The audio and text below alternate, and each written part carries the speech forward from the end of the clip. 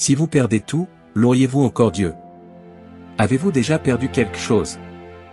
Que ferez-vous si vous perdez quelque chose de précieux?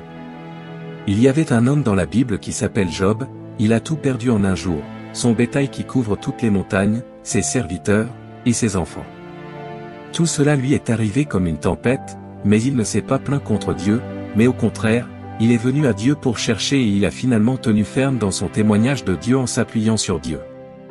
Il a dit, « L'Éternel a donné, et l'Éternel a ôté, que le nom de l'Éternel soit béni. » Job 1h21.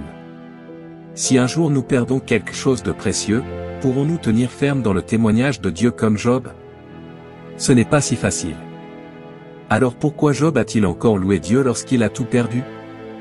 Lisons un passage de la parole de Dieu pour mieux comprendre. Dieu dit, dans son cœur, Job était profondément convaincu que tout ce qu'il possédait lui avait été accordé par Dieu et n'était pas le fruit de son propre labeur. Ainsi, il ne voyait pas ces bénédictions comme quelque chose à capitaliser, mais à adopter comme ses principes de vie sa défense bec et ongle de la voie qu'il devrait suivre. Il chérissait les bénédictions de Dieu et rendait grâce pour elles, mais il n'était pas captivé par elles ni ne cherchait à en obtenir davantage. Telle était son attitude envers les biens. Il n'a rien fait non plus pour obtenir des bénédictions. Il ne s'est préoccupé du manque ou de la perte des bénédictions de Dieu ni n'en a été peiné.